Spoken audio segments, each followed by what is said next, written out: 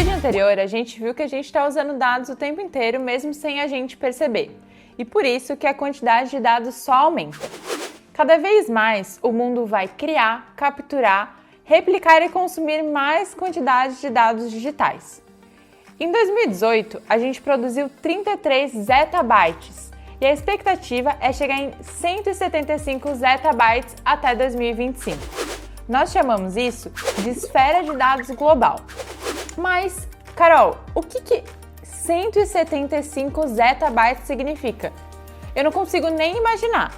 Se pudéssemos armazenar esse valor em discos Blu-ray, a gente teria uma pilha de discos que daria para ir até a Lua 23 vezes. Você consegue imaginar o tamanho disso? Bom, eu sei que discos Blu-ray talvez seja um pouco antigo para algumas pessoas que estão vendo. Então, se a gente pudesse armazenar essa quantidade no maior HD que existe hoje em dia, seriam necessários 12,5 milhões de HDs. Você consegue imaginar? Ou seja, estamos inundados de dados por todos os lados. E para ficar um pouquinho mais próximo da gente, vamos falar um pouquinho mais no nível do indivíduo. Então, por isso a gente vai falar de estímulos e interações sensoriais. Tem um estudo que fala que em 2010 a gente produzia cerca de 85 interações por dia. E que em 2025 a gente vai produzir 4.785. Isso é 56 vezes mais. E você também contribui para essa geração de dados. Quer ver só? Pega o seu celular e olha quantas mensagens no WhatsApp você já recebeu ou enviou, sendo para uma pessoa em algum grupo hoje. Não é muito? É dado pra caramba! Todas essas interações são potencializadas cada vez mais pelas tecnologias. Lembra daquele papo lá do vídeo 1 que a gente falou da quarta revolução industrial? Então, pois é, são elas mesmas.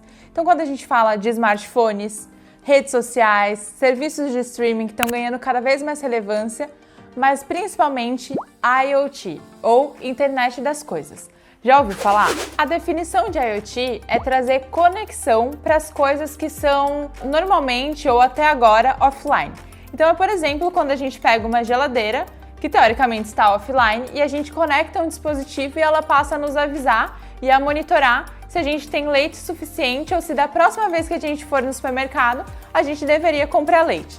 Agora pensa, todas as coisas ao seu redor ou da sua casa com um dispositivo desse. E agora pensa a quantidade de dados que isso pode gerar. Mas tem um porém nessa história, é humanamente impossível processar toda essa informação, porque o nosso cérebro tem recursos cognitivos limitados. Ou seja, a gente não dá conta de processar tudo que chega até nós. Pensa que há 20 anos atrás, a gente tinha a sensação de ociosidade em relação ao conteúdo que a gente tinha acesso versus a nossa capacidade de processamento, ou melhor, a capacidade do nosso cérebro de processamento. A partir do momento que o volume de informações foi crescendo e crescendo, a gente foi experimentando uma sensação de empolgação e até um sentimento de poder. Meu Deus, tem muita informação disponível, agora eu posso fazer muitas coisas. Até que a gente começou a sentir os efeitos desse desequilíbrio entre o volume de informação e a nossa capacidade humana de processamento, gerando até um estresse. O nome desse estresse é infoxicação e é uma doença diagnosticada por David Lewis.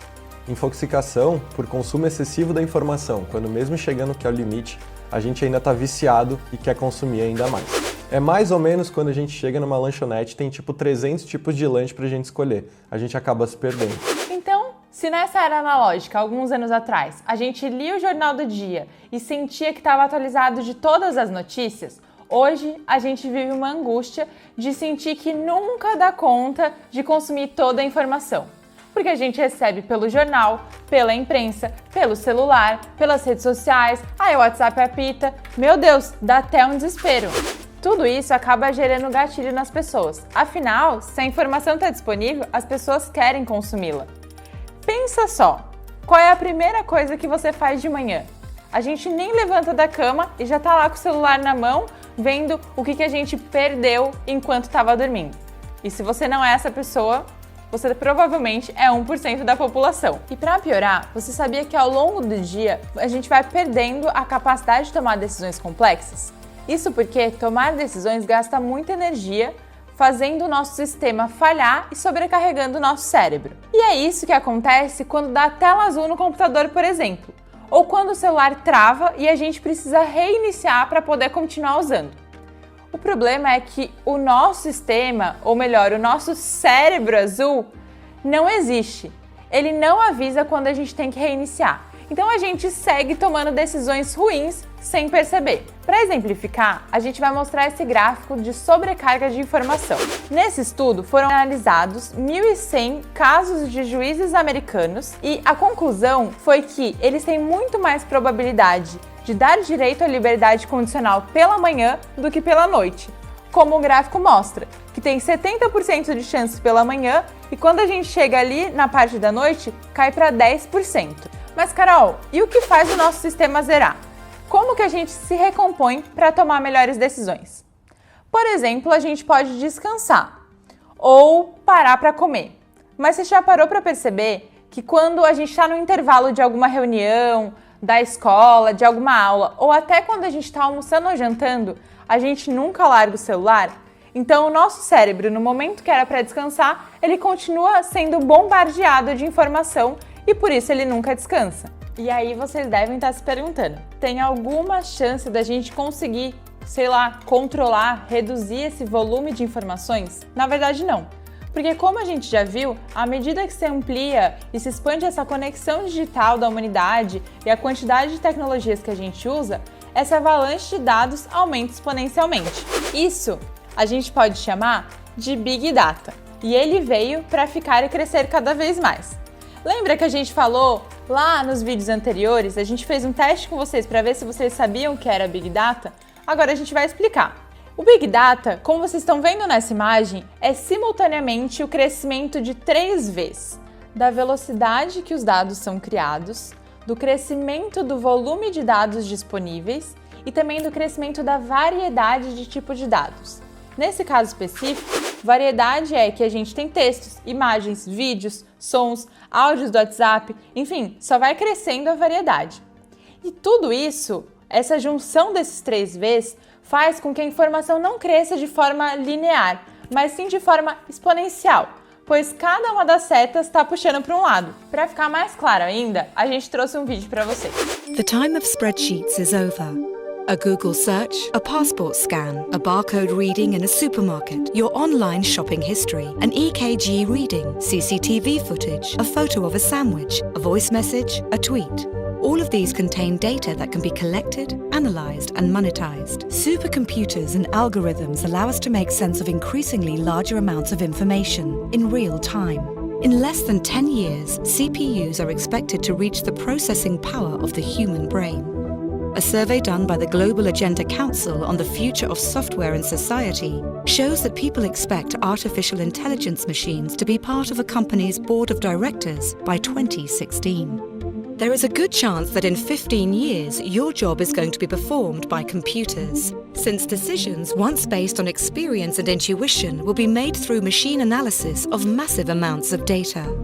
Think about a vehicle that is able to read its environment and react accordingly, much like a human driver, but also analysing other sources of information that will make the trip safer, faster, and more efficient. Analysing vast amounts of medical data from different locations and demographics will allow to determine which conditions improve the effectiveness of certain treatments and which don't. Big data analysis will reveal patterns and connections that will vastly improve most human activities. But it will also create very detailed profiles for all of us, including information that we'd rather keep private. Will big data make privacy obsolete? Or will it bring transparency, accountability, and progress?